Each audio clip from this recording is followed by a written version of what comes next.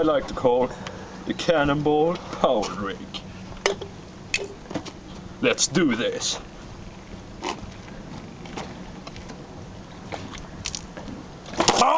Some people just seem to win no matter what they try to do. Like Arnold Schwarzenegger, that first won Mr. Olympia, then became a world-renowned actor, and then became a governor of California.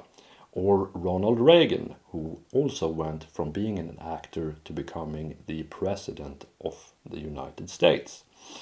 You have other examples like Tyler1 going from one thing after another, just becoming top tier in American football, League of Legends, streaming, chess, and so forth. But why is it that winners just win all the time? Winners win and losers lose. That's just the way it is. Fair enough. But let's actually dive deep into why that is. The first part is overcapacity. As Tyler1 himself would put it, winners are built different. And this shows in how they do all of these extra things. These people almost always work out a bunch when they are young, and that is because the normal amount of challenges in life is not enough to sort of drain their energy. And this sort of overcapacity reinforces itself. If you have extra energy to work out, you will become more energetic, stronger, and more athletic, which will enable you to move more, work out more, and do more. If you read and study more than necessary, your mind will become sharper and more focused, which will make it so that you can read and study more and think more clearly. If you improve yourself and your situation, you will find it so much easier to get more done in a more potent manner because you create freedom and flexibility for yourself to do things in a much more efficient way. This is known as the Matthew effect. The Matthew effect, sometimes called the Matthew principle or cumulative advantage, is the tendency of individuals to accrue social or economic success in proportion to their initial level of popularity, friends, and wealth. It is sometimes summarized by the adage or platitude, the rich get richer and the poor get poorer. Also termed the Matthew effect of accumulated advantage, taking its name from the parable of the talents in the biblical Gospel of Matthew. It was coined by sociologists Robert K. Merton and Harriet Zuckerman in 1968. For to everyone who has will more be given, and he will have abundance. But from him who has not, even what he has will be taken away. This is basically the Monopoly effect, where you play the game Monopoly, and once you start to sort of get things, it will be much easier to get more things.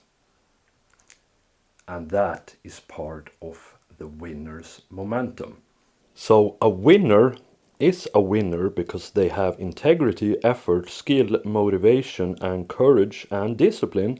And what you do when you are a winner is you win, which yields results, glory, and trophies. And then this creates momentum through positive reinforcement. So winners win because they are winners, and they are winners because they win. And if you win, you become a winner, and if you're a winner, you win. A loser loses. So because a loser is a loser, they lose. And because they lose, they get learned helplessness and they become a loser. A loser is lazy, incongruent, and afraid.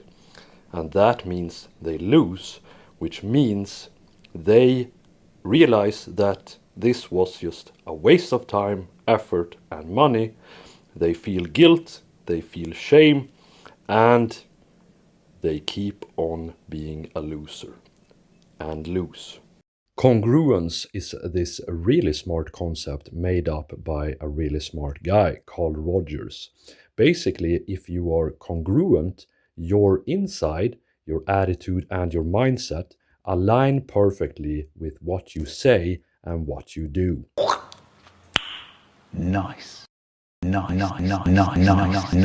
And incongruence then is like when your exes told you that they were gonna love you and be with you forever. So here's the thing. I've actually read On Becoming a Person by Carl Rogers extensively and carefully. So you don't have to, because reading sucks. Instead, I'm going to explain it using this whiteboard, because while reading sucks, looking at drawn pictures that look like a 5-year-old made it, despite the fact that I'm 32 years old, is much better. So, when talking about congruence, you have 3 important parts, which are your inside, which is your attitude, mindset, and your traits. You have your speech, which is what you say and how you express yourself. Then you have actions, which is what you do. If these 3 align, you are congruent. If they do not align, if they don't match each other, you are incongruent, which according to Rogers will make you very unhappy, but it's also gonna mean that you will be a loser. Here we have Winner William. He has a sharp mind, a good heart, and a strong spine. Very good things to have. He says, I'm gonna do it. So his speech and his inside is incongruence, because he has the capability of doing the thing. Then he does the thing, and this makes Winner William into a winner. Then we have Loser Larry. Loser Larry has a shit mind, a shit heart, and a shit spine. When Loser Larry says he's going to do it, he doesn't do the thing. And it is either because of a lack of courage, a lack of consciousness for the people that he makes promises to, or a lack of planning and execution or discipline. Don't be like Loser Larry. Be like Winner William. Look how happy he is. There's a saying that goes, losers focus on winners and winners focus on winning. And that is a huge part of it. Winners are sort of emotionally immune in a way that losers don't quite understand. You see, winners don't really care at all, actually, about setbacks and failures. They view them as something natural in the progression upwards. To a winner, being sort of bummed out or hung up or afraid of losing would be like getting grumpy that the sun sets each day. It is just a part of it. And when looking at a graph, a loser might focus on these sort of downfalls and be afraid of, going backwards or losing progress or whatever. Winners actually don't care about these things at all, because it's just a natural state. They eat losses for breakfast. They are so used to failing, getting defeated, losing games, losing matches, failing lifts, missing shots, that it's not something relevant to get hung up on. Instead, they focus on this upward trend. Winners are not rational in the way that normal people might think that you should be when you value things. But this quote from Brad Pitt in this movie perfectly encapsulates the winner mindset. A Thessalonian you're fighting. He's the biggest man I've ever seen. I wouldn't want to fight him.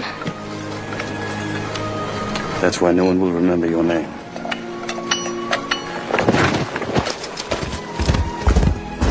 it is not reasonable or rational to be sort of fighting to the death for glory.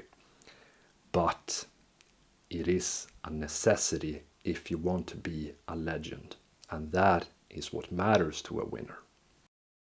And that opens up for the fourth and last major quality of a winner. And that is the ability to turn mold into gold. You see, if you realize and accept the ups and downs of progress, you very quickly learn that being able to make the best out of every situation is something that winners excel at. Wherever they are, whatever they're doing, they always try to push the envelope and make it as good as possible. So every sort of challenge becomes an opportunity to make it good anyway. And if you are able to not only sort of excel in a perfect summer day, but also in the coldest sort of parts of a winter night, you will be able to get so much more progress done, and you will build your character so that you too can become like Winner William.